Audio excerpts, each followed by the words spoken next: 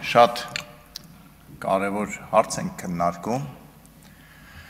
Քննարկում ենք երեխաների իրավունքների պաշտպանության հարցը, բայց չենք քննարկում մեկ այլ կարևոր հարց։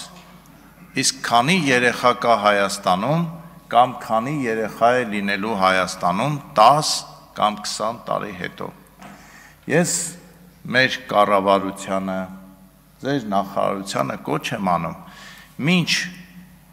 երեխաների իրավունքների պաշտպանության հարցը լուծելը, հատուկ քաղաքականություն իրականացնենք, որ մարդիկ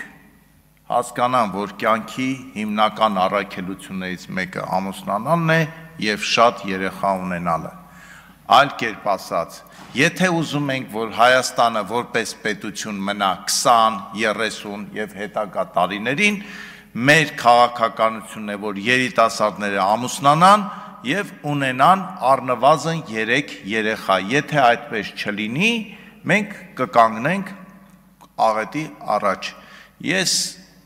կարող է ձեր օրենքը լավն է, կարող է վատն է, բայց ում համար է այդ օրենքը,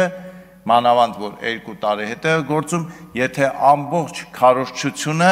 որը ուղղված է նաև երեխաներին, ասում են աղջիկներ, ձեր նպատակը ոչ թե պետք է լինի երեխա ունենալը, երեխաներ ունենալը, այլ կարիերան, սուտ է երեխաներ, չլսեք, դա ամենամեծ սուտն է, որ ձեզ ասում են, ձեր ամենամեծ առաքելությունը եւ աստվածային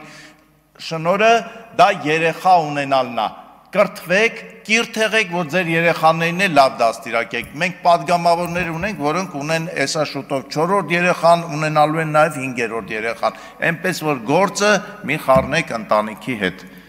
Շնորհակալություն, ինչի հեսա շուտով ունենք, որ ունեն։ Չմոռանաք հավանել տեսանյութը եւ բաժանորդագրվել Civic AM-ի YouTube-յան էջին։